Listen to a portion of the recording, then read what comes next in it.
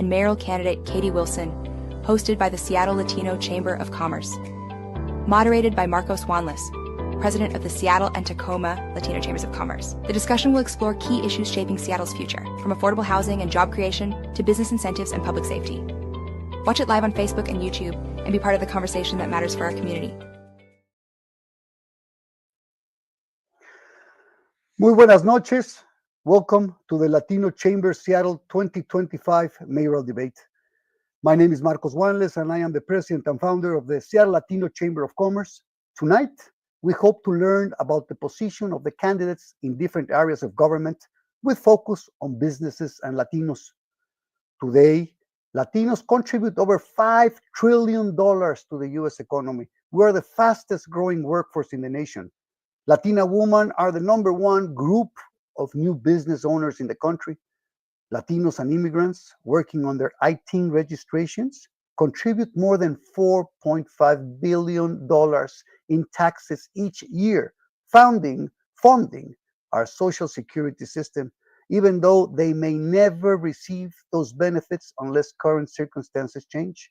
And that is just a glimpse of what Latinos bring to the United States. Yes, we continue to face one of our biggest challenges, staying united and supporting one another. But we are on our way. Providing information and opening opportunities is a core part of our mission at the Latino Chamber of Commerce. We host this electoral debate so Latinos in Seattle can learn more about the candidates' specific plans to support Latino businesses, which is necessary if we all want to have a prosperous Seattle. So please accompany me virtually to welcome the candidates for the positions of Mayor of the City of Seattle, candidate Katie Wilson and Mayor Bruce Harrell. Welcome. Thank you. Great to be here. Wonderful. Okay, so good evening to both. First, I will start by explaining the debate format. We will start by letting the candidates introduce themselves. There will be 2 minutes for each candidate. Then we will have an icebreaker of yes or no questions. And let me correct my screen over here. Yes or no questions. And finally, we will go into the debate questions where there will be 2 minutes to answer and 1 minute for rebuttal. A timer will be displayed in the screen for the 2 minutes and the 1 minute. And I will give an example of that so you can see it and get a little bit used to it. This is how it's going to look. And give me a second so we can get this perfectly good. And here's the 1 minute timer, for example. You'll have 60 seconds. And then for the 2 minute timer, you will have 2 minutes and a countdown for that one. Very good. Now, to order or to see who is going to start and who's going to follow, first, we'll do the traditional flip coin. And we're going to flip a coin, and whoever wins will decide whether to start or to go second. And we did a little previous flip backstage, and Major Harrell won the flip. So I will let him choose. Heads or tails, Major? Oh, heads. Okay, so here we go. And it is heads. So would you like to start, Major, or would you like to go second? I'll start. Okay, wonderful. So that will be the definition. We will follow that order for all the questions. We will start with Major Harrell, and then we will continue with candidate Wilson. Okay, so to begin, let's begin with a self-introduction for 2 minutes each. Candidate Harrell, Major Bruce Harrell, please start your 2 minutes for your personal introduction. Well, thank you, Marcos, and I want to thank everyone listening for spending your Friday night to talk about Seattle and Seattle politics. Thank you very much. My personal story is started here in Seattle. I was born here in Seattle. I went to Seattle Public Schools, T.T. Minor, Meany, and Garfield. I went to the same high school my mother and father went to, and my oldest son finished at Garfield, and our daughter at Cleveland High School. My father was an African-American that moved here from Louisiana. And my mother was a Japanese American who was incarcerated in a concentration camp during World War II. And I attended the University of Washington on a football scholarship, and then to law school and eventually to grad school as well. And it's been absolutely my honor to serve you as mayor. Less about me and more about you, that you represent, you, Marcos, you described your value to our community and to our country very well. And I hope to be your champion in business and education, public safety. And that's precisely why I'm running. Under my administration, we spent over $1 billion in affordable housing, realizing how unaffordable it is to live here. That's still not enough because we know the challenges there. My current budget has $350 million in for affordable housing.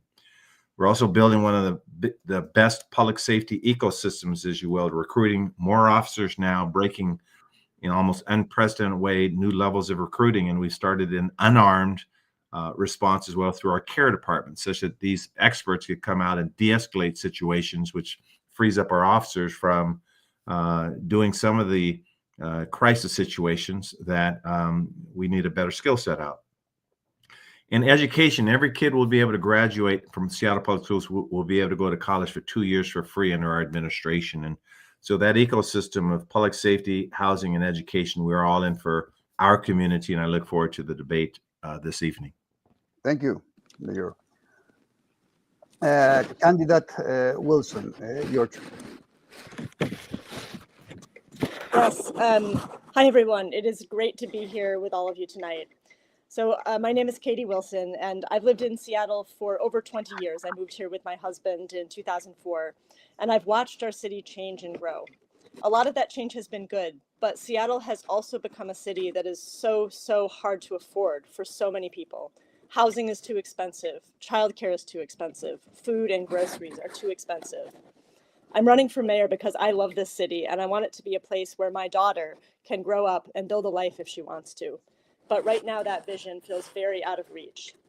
I've spent the last 14 years as a community organizer and a coalition builder, leading campaigns to win transformative victories that benefit working families across our region every single day. Better public transit with affordable fares, higher minimum wages, stronger renter protections, and progressive revenue to fund the vital public services that we all depend on. Seattle's a great city. It can be a place where you don't need a six-figure income to feel at home. It can be a place where you can start and grow a small business and be successful, where housing is affordable and where we have enough homes for everyone. As I've been talking with voters and community leaders across our city over the last 7 months of this campaign, it's clear that we have a lot of big problems to solve: homelessness, public safety, and much more. But those conversations have also left me feeling incredibly hopeful for the future of our city, because I know that together we can tackle these challenges and we can build the city of our dreams. I would be honored to have the opportunity to serve as your next mayor. Thank you, Candidate Wilson. And now we will continue, and we will have a session of ice-breaking questions. And so the answer will be strictly yes or no. We will commence the first question, and Mayor Harrell will respond to the question, and then we'll have Candidate Wilson respond to the question. So the question is, regarding the City of Seattle efforts to support Black-owned businesses, even if the federal government believes it is race-based, would you compromise in making sure the city equally is supporting Latino and other minority-owned businesses? Mayor Harrell, yes or no? Yes. Thank you. Candidate Wilson? Yes. Wonderful. Second question. Do you support exempting small businesses with revenues less than $2 million for the B&O tax as proposed by the City of Seattle? Major Harrell? Yes. Candidate? Yes. All right. Have you ever supported defunding the police? Major Harrell? No. Candidate Wilson? Yes. Do you believe that our system of generational wealth is fair? Major Harrell? No. Candidate No. Wilson? Okay, thank you. Should homeless people be allowed to stay in tents in parks? Major Harrell. No. Candidate Wilson.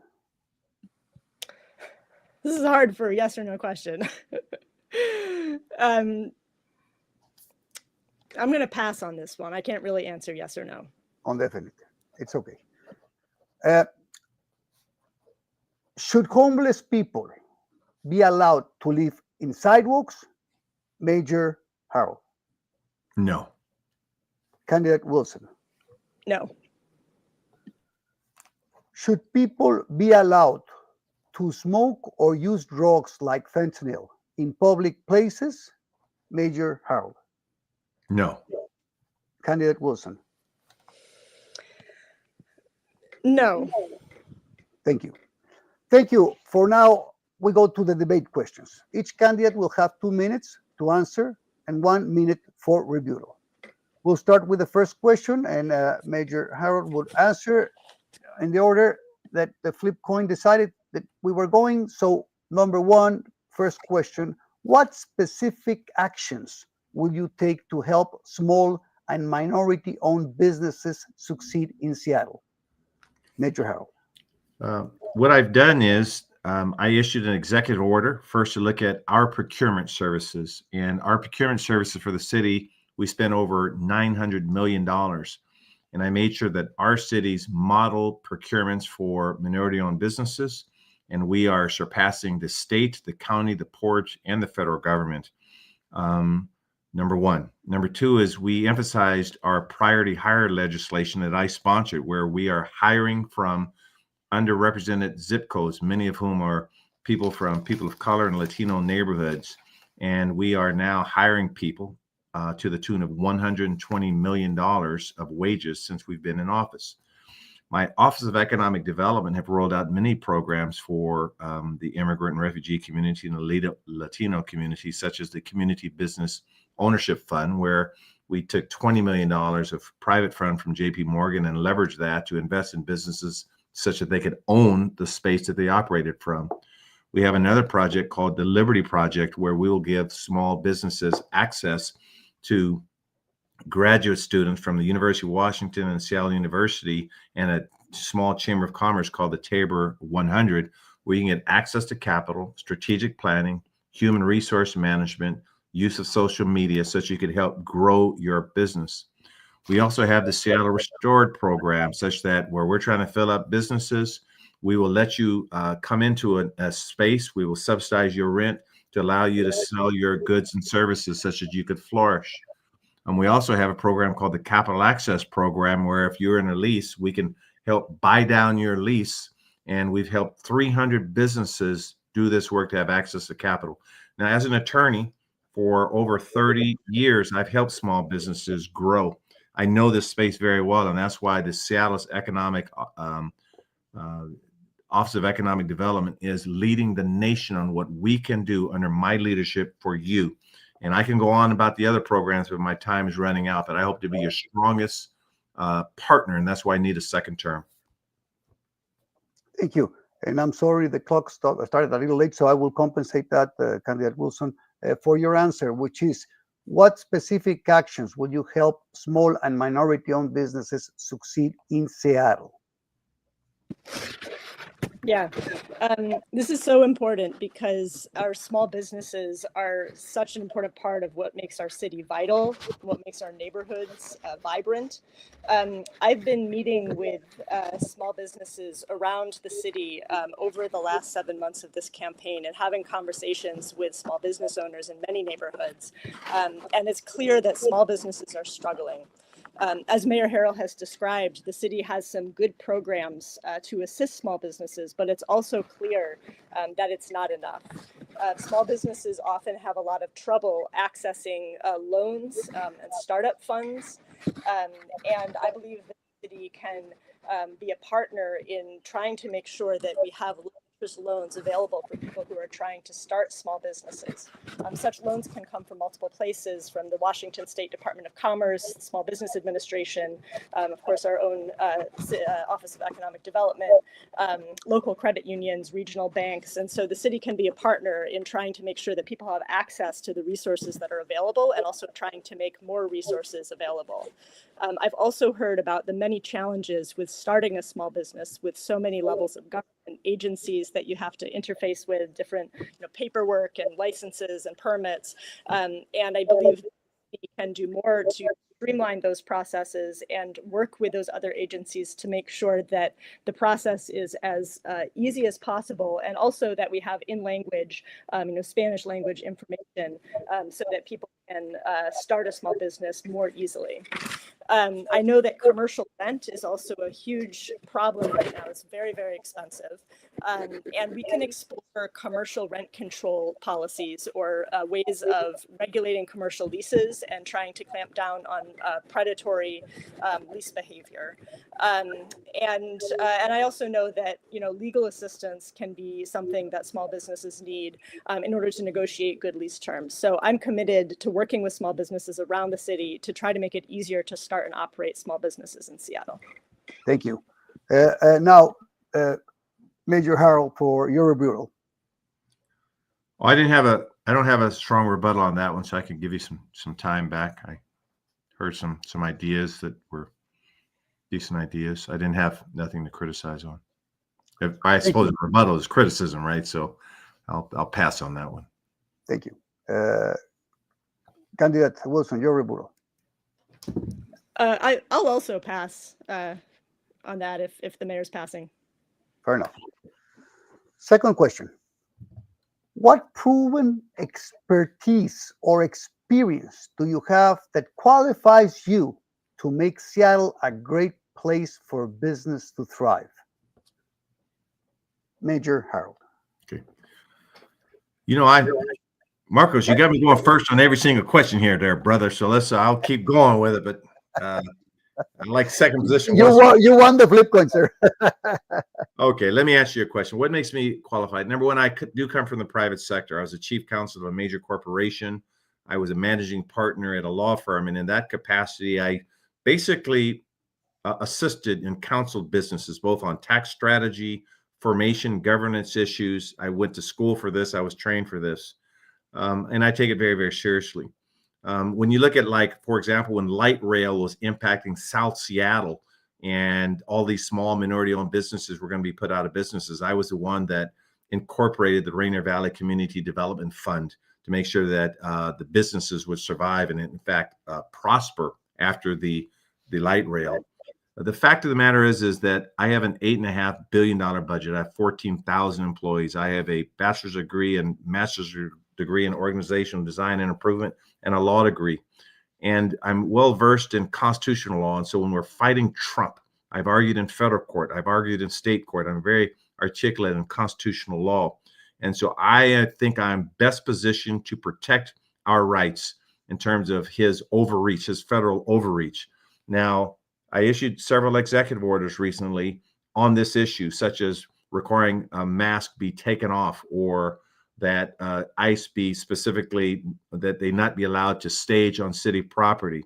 We're also making sure that under our Keep Washington Working Act, we do not cooperate with ICE, and that we will enforce all of your rights as members of our society and make sure that the federal overreach does not occur. I've also increased the budget in our Office of Immigrant Refugee Affairs to make sure you have access to attorneys and legal services and advocacy organizations to make sure your rights are protected. That makes me, I think, the most qualified in this race. Thank you. Candidate Wilson. Sure. Yeah, so this is a great question. And, here in Washington State, we have one of the most regressive tax systems in the whole country.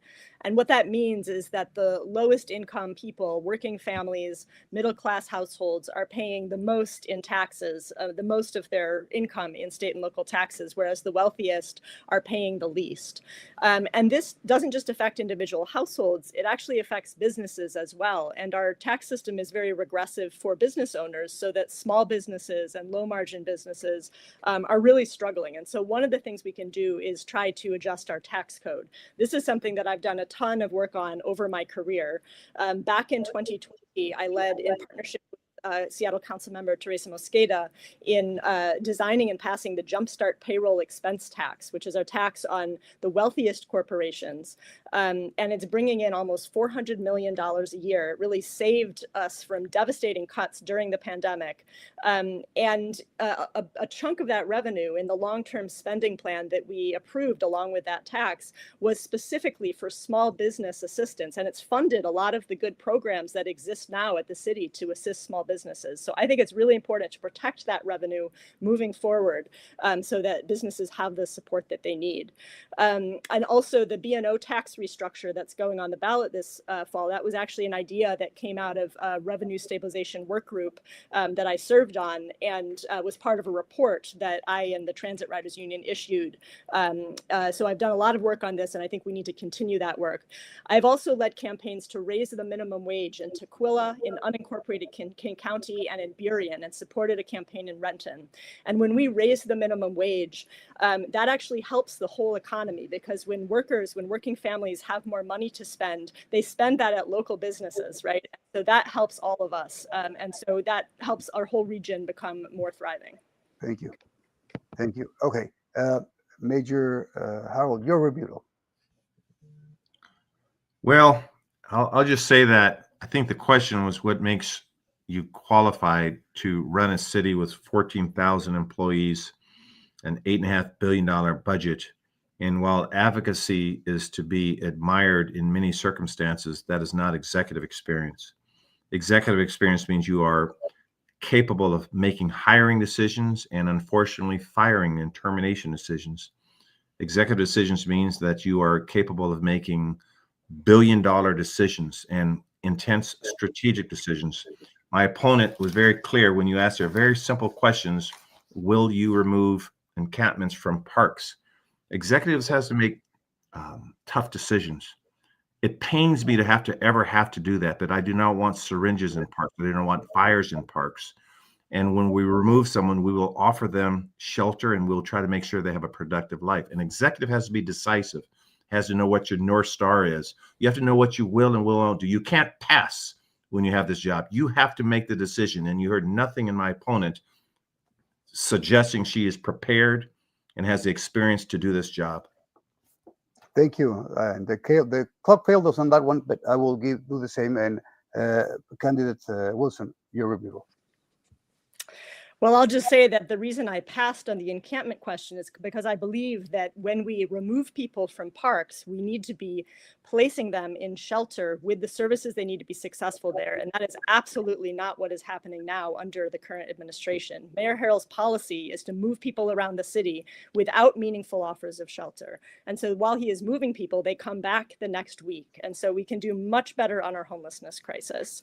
I have 14 years of experience building and managing large multi-partner coalitions composed of dozens of organizations, managing many staff and volunteers. The job of the mayor is really about assembling that team that comes into the mayor's office with you. I also think it's important not to exaggerate the executive experience that our current mayor had coming into that office. He ran a council office for 12 years, managing maybe a few council aides. So people come into the mayor's office from all different directions, and I'm looking forward to the Can opportunity to assemble a stellar team to lead this city. Thank you very much, candidate Wilson. Can we rebut when there are misstatements made, Marcos? That she made a blatant misstatement, totally untrue in her rebuttal, totally untrue. We'll save that one for Major, please, so we can. And I'm sorry for both of you for the mistake of the clock that did not go on screen. Hopefully that doesn't happen again. For the next question, can you share examples of small or minority-owned businesses you work with and what you learned from those experiences? Major Harrell. Well, I'll use the First ME Housing Corporation as an example. Here we had to help fill out HUD forms. They're a housing corporation. And one of the lessons I learned is that you do need good volunteers and other people to move the ball across the needle. I worked with the Rainier Valley Community Development Fund and incorporated them. This is a great organization that was unearthed to make sure minority-owned businesses survive and prosper, and we've issued mitigation loans. A lesson that had to be that we did learn is the vision of an organization has to be critical. What are you trying to achieve? Another example of a small business is a company called the Mount Zion Baptist Housing Corporation as well, a faith-based organization designed to, provide affordable housing.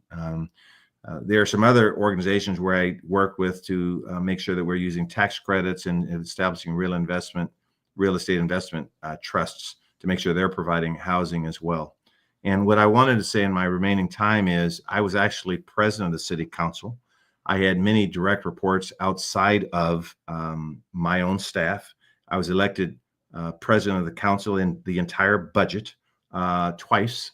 And even prior to that, I was a chief counsel of a major corporation that had over 60,000 employees. There's no exaggeration here. There doesn't have to be a need for exaggeration. The fact is I was also mayor for 5 glorious days even before that, while I was council president. The fact is my opponent has not hardly managed anyone. I think she might have hired. Just a question to my opponent would be, how many people has she actually hired? That's just a fair question. That's just a mathematical question, right? Which my opponent will really never answer. Or how many people have she ever managed? So you're talking about a big stakes issue right now in terms of executive experience. Thank you. Candidate Wilson. Sure. So, over the course of this campaign, I've been having a number of roundtable conversations with small businesses around the city, from the Central District to Lake City to Pioneer Square to Madison Valley to West Seattle, and including many minority-owned businesses in all of those neighborhoods. And the themes that I've been hearing from people are very similar, right? And this is the same pressures that are facing working families in our city today, right? The affordability crisis is real. Rent is too high. Labor costs are very high, and there's a really direct relationship between high labor costs and the difficulty of running a small business. But part of the reason why labor costs are so high is because of our housing crisis, because it's so expensive for workers to live in this city as well. And so a lot of the work that I've done over the years is focused on affordability, right? About making our city more affordable for workers, and also renter protections, right? Making it more possible for people to rent homes in our city and have that stability that everyone deserves. I've been talking to small business owners also who have participated in the Seattle Restore program, which is basically allowing startup businesses to use empty storefronts for several months with some support. And there's a lot of room for improvement with that program. A lot of people have come through that and said that 3 months is not long enough in order to really get off the ground as a small business. So I think that moving forward, we need to make improvements to make sure that we're actually providing the support that entrepreneurs, minority entrepreneurs, small business owners need to be successful in that program. Back when I was working on the Jumpstart Seattle tax, I also worked with many small businesses to support that tax, knowing that a lot of the revenue was going to go to support them. Thank you, Candidate Wilson. Major Harrell, your review. Well, I thought the question was to name actual businesses that you've worked with closely to assist them in their work. I named several businesses. I could describe businesses, but I didn't hear my opponent name a business that she's actually helped. And so I would ask for clarity on the question. There's one thing to advocate for businesses. I've been doing that for 30 years. I've actually argued in front of, when I was on the city council, we championed many efforts for small businesses. So I certainly have a history of doing that for 16 years, but I didn't hear any specifics on what my opponent has worked on, just general advocacy. Thank you, Major Harrell. Candidate Wilson, your rebuttal. Yeah, I'm going to keep this short. Look, I've been talking with lots of small business owners around the city about the struggles that they're facing, and I'm not going to, name drop individual small businesses. These are preliminary conversations because obviously I haven't been mayor. So the work that I've done has focused on affordability for working people, for families, and I'm looking forward to continuing the conversation with small business owners. And I really think that the city needs a small business advisory group, a standing body of small business owners that can help to advise on the issues that affect them. And that's something that I'm also interested in working on once I'm in the mayor's office. Thank you, Candidate Wilson. For the next question, what is the most important step the city of Seattle can take to promote economic growth and improve union and avoid actions to polarize businesses and residents? Major Harrell. So I have to go first on every question on Marcos, because could you repeat the question? Because I was trying to, I'm sorry. What is the most important step the city of Seattle can take to promote economic growth and improve union and avoid actions that polarize business and residents?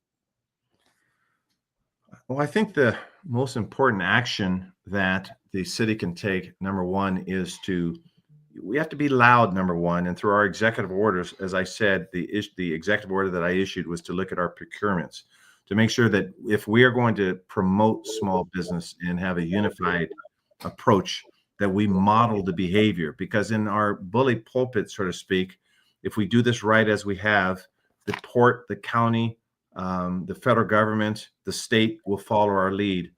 We've looked at many disparity studies to look at how small businesses, particularly minority-owned businesses, weren't sort of getting their piece of the pie, if you will.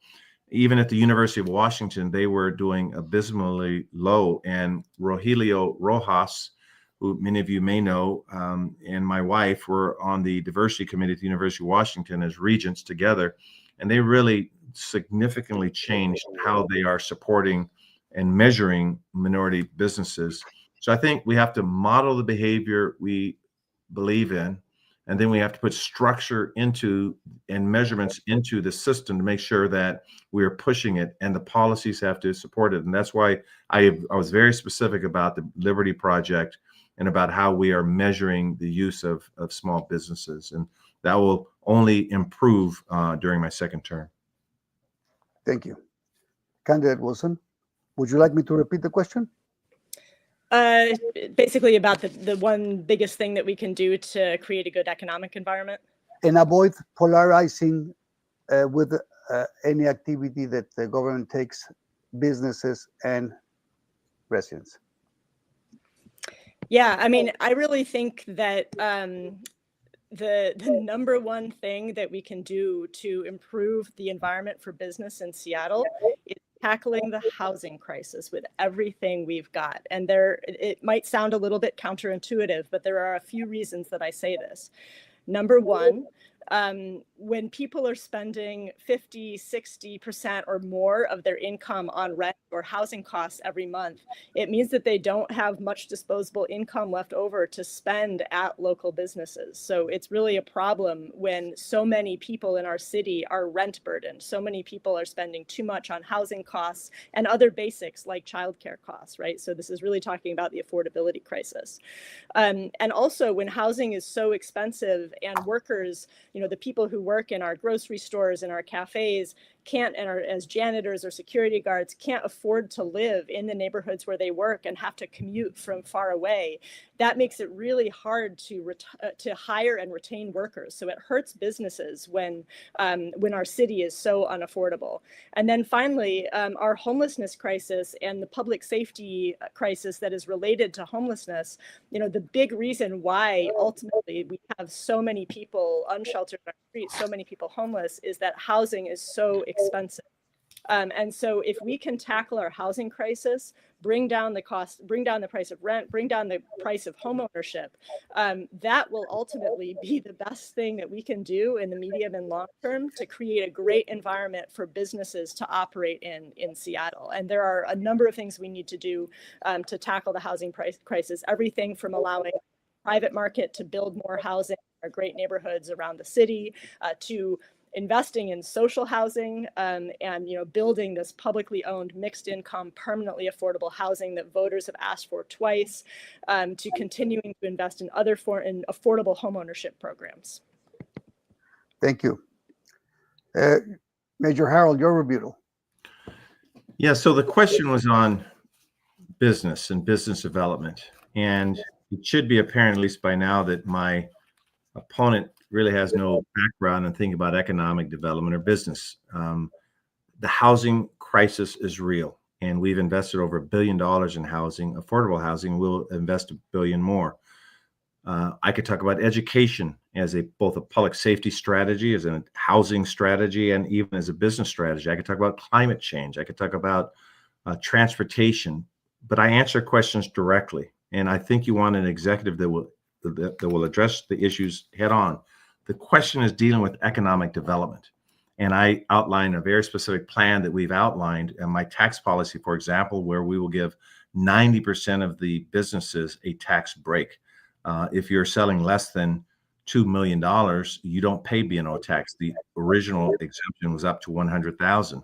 If you pay beyond $2 million, you're going to get a $2 million discount. So if you pay $5 million, you're only paying taxes on $3 million. It's these kinds of hard policy economic development decisions that I'm making as an executive to assist you. And how would I know some of these answers? Because I meet with small businesses. I establish small business roundtables, and I ask you, what do you need? Access to capital, strategic planning. You need insurance. You may have some insurance needs, and you need some capabilities or assistance there on some of your insurance needs. This kind of small business support is critical. We could talk about housing, but the question was on economic development. And once again, my opponent has no experience in this sphere. That's why she was unable to name one business that she's assisted. Thank you. And sorry for the clock. I will compensate that. Your rebuttal, candidate Wilson. Sure. Well, I'll just talk about a few of the other things that I think we need to be doing to improve our local economy. Revitalizing downtown. We've made some progress, but there's a long way yet to go. And part of the future of downtown is making it into a more residential neighborhood where people are there 24/7, that can support the small businesses that are currently struggling downtown, and really in neighborhoods around the city, making creative use of vacant space. I support a vacancy tax so that we don't have property owners speculatively holding real estate and not opening it up to small businesses or other uses. And really meaningfully addressing our homelessness crisis and our public safety crisis will help small businesses in neighborhoods around the city. I take my daughter to daycare in the Madison Valley every day. There's a lot of homelessness down there, and some of the small business owners that I've talked to down there are really struggling because of that. I also believe that we can make progress in investing. Okay, I'll stop there. 1 minute. You still have another one. Oh, I have another minute? Yes, because we gave 2 minutes for the last rebuttal, so we'll do 2 minutes for you. Okay, well, I'll just say, I think the other big picture thing that we need to be thinking about is that Seattle has really been riding the tech wave for the last couple decades, right? And there's been this assumption baked into how we do our city's budgeting, that Seattle's economy is just going to keep growing and growing with the tech industry. And that's been a safe assumption for a while. But I really think it's something we need to look at, especially as AI is transforming industries and our workforce. And one of the things that I think that we need to explore is how the city can be more active in developing the green economy. In partnership with the port, can we make Seattle a place where we actually build hybrid and electric vessels? Can we make the Pacific Northwest a hub for battery development? So there's a lot of exciting work to be done in this realm. Thank you. Now we go to the section where we're going to be focusing on minority-owned businesses and small businesses. Across Washington state, only about 6% of minority-owned businesses participate in government contracts. One contributing factor is the difficulty in accessing and navigating the existing procurement portals. However, the larger barrier is often the lack of business capacity. Until this issue is addressed, participation among small minority-owned businesses will remain low, limiting opportunities to work with city, county, and state agencies. The question is, have you considered these challenges in your economic development plans? What specific proposals would you introduce to help minority-owned small businesses build capacity and compete for government contracts? Major Harrell. You're killing me on me having both. I'm sorry. Is my Apparently, opponent. that's what you chose with the coin flip. Apparently, I didn't know I was going first on every single one. Okay, well, I'll live with my decision. Okay, so the first thing is, by way of background, I literally used to work with organizations to set up for the Section 8A set-aside program many years ago as an attorney. And I realized even for qualifying to be minority owned, that there are several certification processes. The state has one, the city has one. And so what we're trying to do is trying to simplify that process, quite frankly. And so if you look at some of the work we're doing in our Office of Economic Development, we are simplifying that process, that if an organization is certified by one, they certainly should be certified by the other. So we actually have people who are advisors to help minority-owned companies take advantage of the contract opportunities. I once started a group through the Puget Sound Regional Council called Performance First. And this was a network of cities throughout the Puget Sound region to make sure that there are a lot of transportation dollars at play coming to the region from a federal standpoint. And this was sort of a great model, because the reason why we call it Performance First is we said, yes, we're minority owned. Yes, we're women owned, but we just want access to you. But we want you to evaluate us by our performance first, and we will take it from there. And so that's been my emphasis with a lot of businesses, to make sure that once we have the relationships intact, we will overperform. So our Office of Economic Development, staffed with our team of advisors, are well versed in this work. It's been part of my vision. That's why I issued an executive order on procurement strategies, and this work will continue during my second term. Thank you. Candidate Wilson. Yeah, so I mean, I'll just say that this is something that I've definitely heard from a number of people as I've been talking with folks around the city during this campaign for the last 7 months, that there is a feeling that the city's procurement contracting practices are not accessible, especially to smaller and minority firms, and that there's kind of the big guys who always get the contracts and come back again and again, and that there's not really a way in. So I'll just say that I definitely recognize that this is a problem that people feel exists, and that I understand that capacity building and technical assistance is part of the solution. And so my pledge is to work with smaller and minority-owned firms to figure out exactly what those barriers are, and figure out how we can improve on the programs and processes that are already in place at the city in order to overcome those barriers. I think there's a good analogy in the Equitable Development Program initiative at the city, with funds community-driven development projects. There's a really big emphasis in that program on capacity building, on making sure that the organizations and the communities that are driving those projects, are building that internal capacity to be successful then in whatever other fundraising they need to do in order to get them off the ground. So I think we have good models to work from, and definitely committed to doing this work, because it's absolutely essential that we are opening the door for smaller and minority-owned firms to get those city contracts and to share the wealth that we have in this city. Thank you. Major Howard, your rebuttal. Well, what I'll add to some of the ideas that my opponent said is we're actually doing a lot of the work she described. So, for example, if you look at our Seattle Restored program, where we have filled over 30 vacant storefronts downtown with small businesses, 70% of those businesses, those entrepreneurs participating in that program, are women, and 74% come from BIPOC communities. 11 of those participants, which again were designed to be short-term, 11 of them have signed long-term leases to remain in their spaces. That's the magic right there, that we're getting businesses in for little or nothing, giving them an opportunity. We're hiring very in diverse communities and immigrant refugee communities and Latino communities, et cetera. And they're thriving. And so that's the work we're doing, and we will only do more during my second term. Thank you. Candidate Wilson.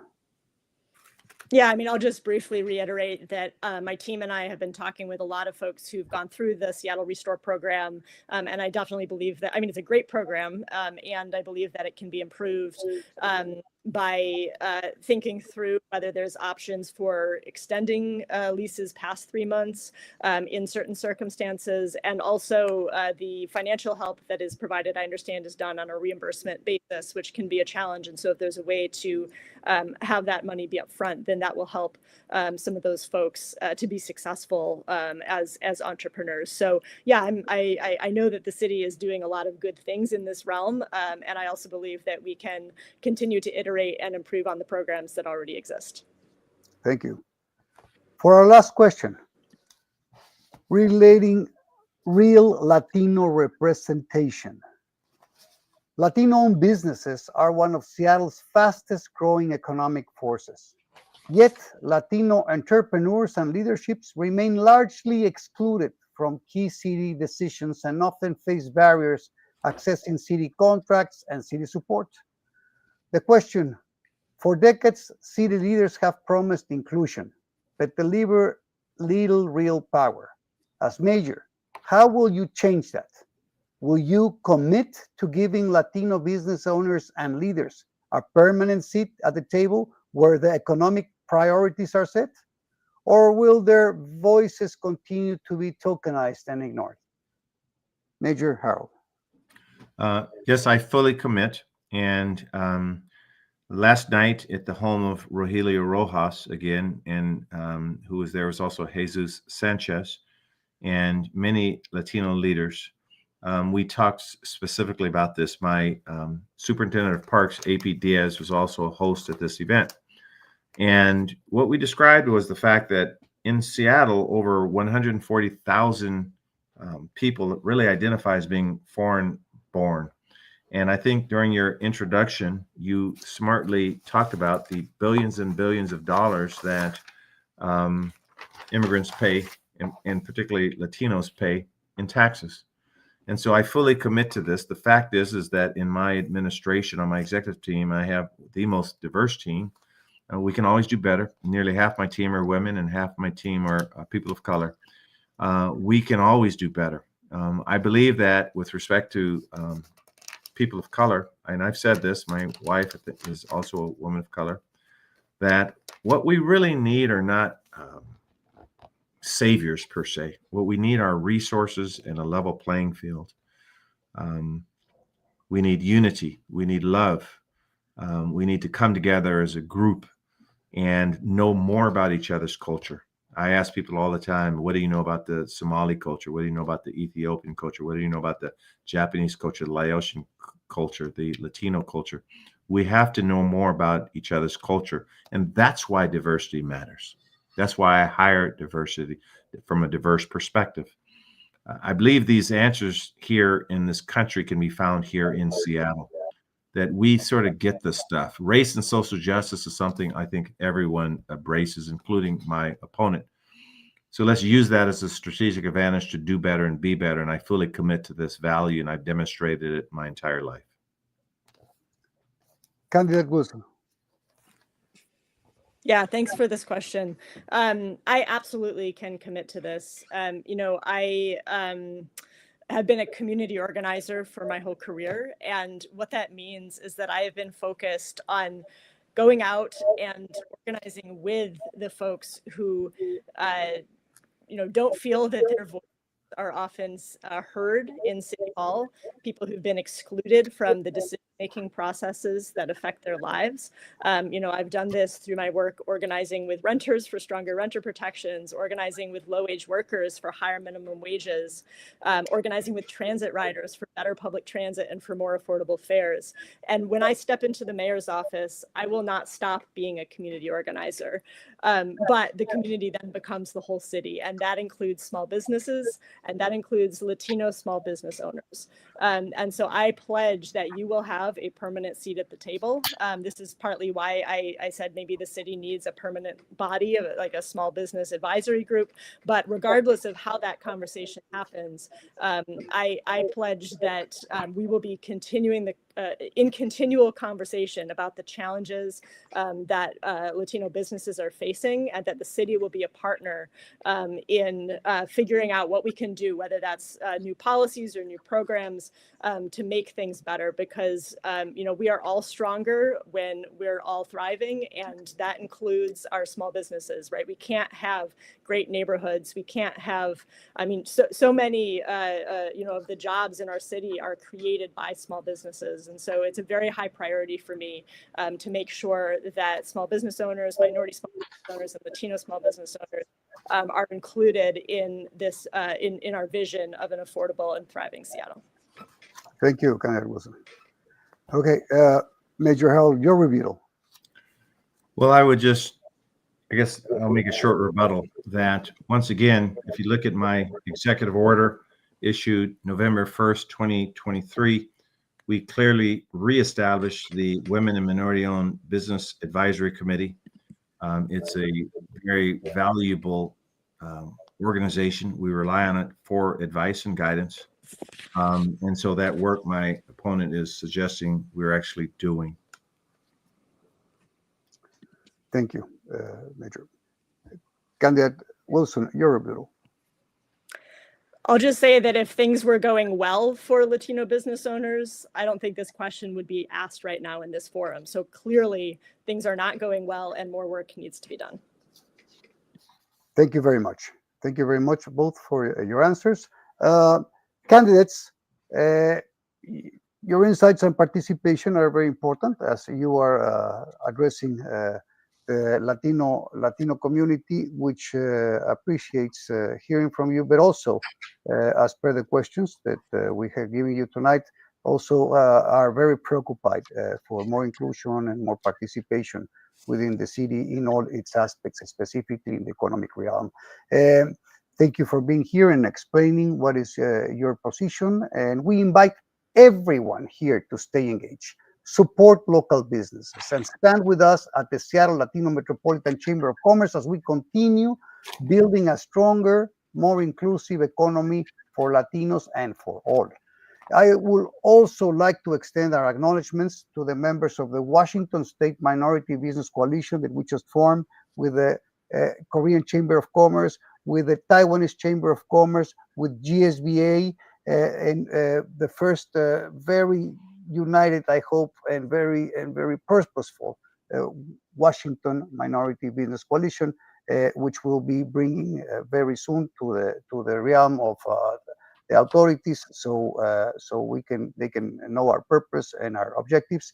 And finally, I remember, and I want to have everyone remember, to vote on November 5. It is important to go out and vote. It is imperative, especially in this day and age, in these times, and where the way things are, we have to go out and vote. So please vote on November 5. Make it a task of great importance, a civic duty that shapes our shared future. Thank you very much, candidates, for being here tonight. I appreciate very much. And thank you, everybody, for seeing us. This is recorded, so it will be seen many more times. And I appreciate, again, you being here, and I thank you. Buenas noches. Good night to all.